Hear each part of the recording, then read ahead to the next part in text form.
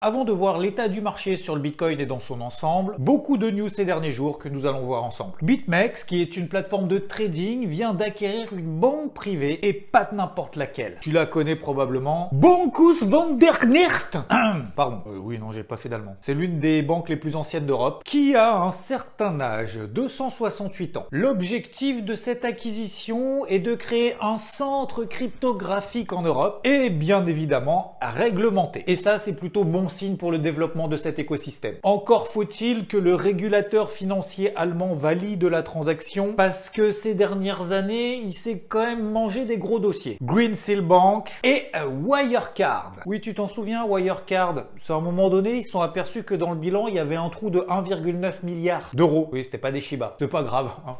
Microsoft entre dans la partie métaverse. Alors ça, c'est la version un peu marketée quand même, hein, parce qu'il a acquis Activision Blizzard, qui est pas encore tout à fait dans le métaverse. Disons que c'est quand même la plus grosse acquisition qu'il a réalisée, quasiment 70 milliards de dollars. Ah, c'est un gros achat. Microsoft avait déjà un doigt dedans, dans le métaverse, avec l'acquisition de Palm NFT Studio, puis la publication de NFT éducatifs autour de Minecraft. Il avait même lancé des NFT promotionnels avec Windows 11 l'année dernière. Bon, il veut rattraper le retard auprès de ses concurrents parce que eux, ils sont partis loin, comme par exemple Facebook, tu le sais, puisque la société mère l'a renommé en Meta. Même si effectivement Activision Blizzard n'est pas vraiment dans le métaverse, il a quand même un catalogue assez fourni. Call of Duty, Overwatch, Candy Crush, Diablo et j'en passe. Disons que Microsoft part du principe que 1 plus 1 égale 3. Il a quand même sa Xbox avec 25 millions de membres tout de même. Et c'est pas le seul à mettre un doigt, un pied, les deux pieds dedans. Eh oui, c'est pas parce que les cryptos baissent pendant quelques semaines que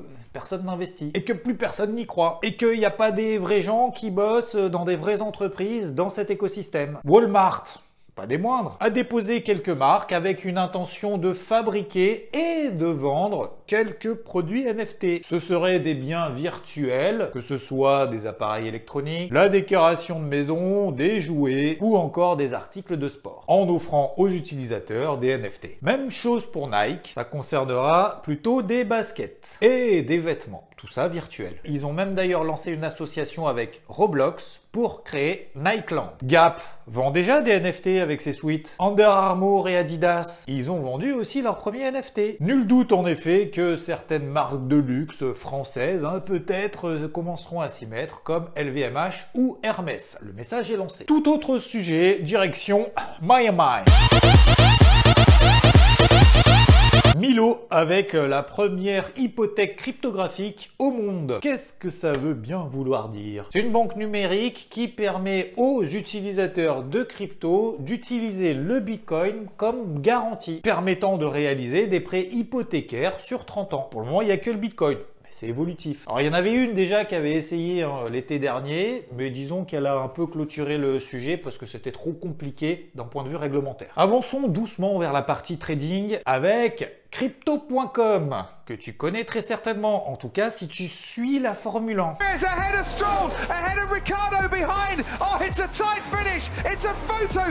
T'as intérêt à l'avoir vu, parce qu'ils ont lâché quand même 100 bars, 100 millions de dollars. Partenariat sur 5 ans. Ils ont potentiellement perdu quand même 15 millions de dollars. En gros, c'est certains utilisateurs qui ont commencé à avoir des mouvements un peu suspects sur leur compte. Ils ont commencé à remonter l'information, et puis Crypto.com, au bout de 10, au bout de 100, au bout de 200, au bout de 300, ils se sont dit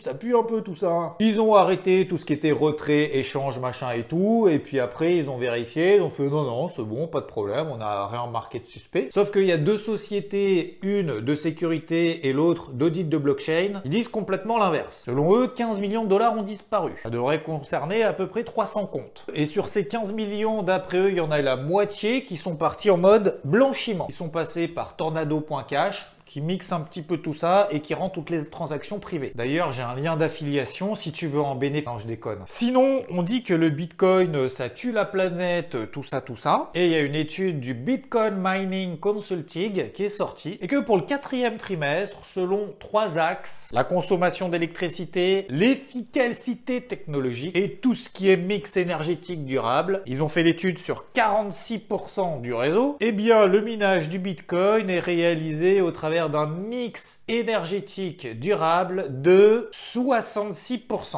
Ce qui fait donc de lui l'un des plus écologiques en termes de minage. Et puisque nous parlons Bitcoin, dans la zone de turbulence dans laquelle nous sommes, il y a deux types de profils, bien entendu. Ceux qui voient le verre à moitié vide, direction 30 000, et ceux qui voient le verre à moitié plein, dont je fais partie, avec cette belle zone sur les 40 000 $ qui tient pour le moment, qui potentiellement d'ailleurs reproduit le même scénario qu'on avait connu au mois de septembre, mais aussi l'été dernier. Et aujourd'hui, nous serions dans la phase nouveau test sans plus bas. Est-ce que l'histoire va se reproduire une troisième fois? That is the question. En tout cas, ce qui est certain, c'est qu'il faudra déjà commencer par passer au-dessus de cette ligne bleue sur le Bitcoin, et d'ailleurs sur l'ensemble des cryptos, qui correspond à la moyenne mobile à 20 jours pour pouvoir respirer un petit peu et libérer un début de potentiel haussier. Nous avons déjà parlé de tout ça lundi. Et oui, en cours de semaine, il y a des nouvelles vidéos, donc il faut s'abonner et surtout et aussi activer la cloche. Comme ça, tac, dès qu'il y a une nouvelle vidéo, t'es averti, t'as la notif, tu loupes rien, bim bam boum, et on évite de répéter la même chose qu'on a répété la dernière fois. Même si je répète à chaque fois qu'il faut s'abonner et activer la cloche. Sur le Bitcoin, il y a moins d'optimisme sur les échéances du mois de juin. Si on regarde les contrats à terme, autrement dit les options, donc le positionnement des professionnels, il y a ici une grosse barre bleue que tu vois avec écrit 20 000 $.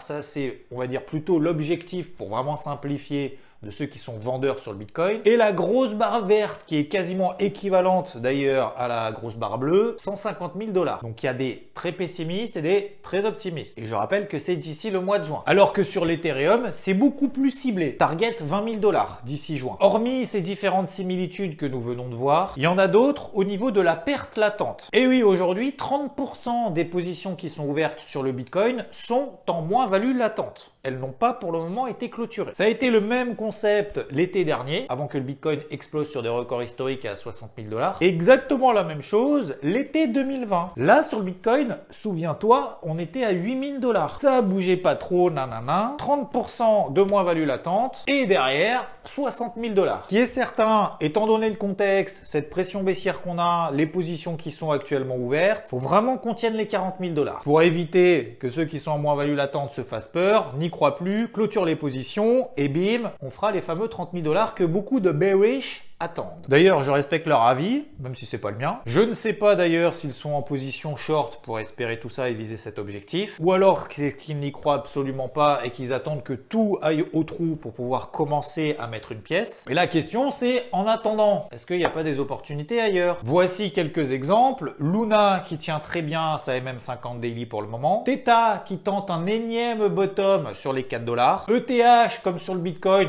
qui est pas vraiment en tendance haussière, mais qui tient lui aussi tant bien que mal les 3 000 $. FTM qui tient sa MM20 daily. Et la même chose pour Rose. L'objectif est d'essayer toujours de privilégier de préférence les plus forts, même si oui, on a toujours quelques boulets en portefeuille. Concentrons-nous quand même sur celles qui sont plutôt en tendance haussière. Voilà. Alors c'est sûr que globalement, le marché est plutôt rangy si on regarde la capitale totale. Et on l'a vu, la volatilité est à son plus bas depuis un an. Finalement, si on a eu un blackout total depuis 10 jours, la capitalisation totale est toujours à 2000 milliards de $. Prenons du recul, ayons de la patience et continuons avec persévérance. Merci pour vos likes, vos commentaires. D'ailleurs, partagez aussi votre avis. Qu'est-ce que vous faites en ce moment? Vous gardez tout, vous faites rien, vous êtes short à mort. Tout le monde peut avoir un avis différent. C'est le principe du marché. Puisqu'en plus de ça, souvenons-nous, tout le monde ne peut pas être d'accord. Sinon, on pourrait pas acheter quand les autres vendent. Et on pourrait pas vendre quand les autres achètent. Donc c'est normal que tout le monde n'ait pas le même avis et les mêmes positions sur le marché. Très bonne soirée, très bonne journée. Ça dépend à quelle heure de la journée ou du soir tu regardes la vidéo. Et puis à très vite. Ciao!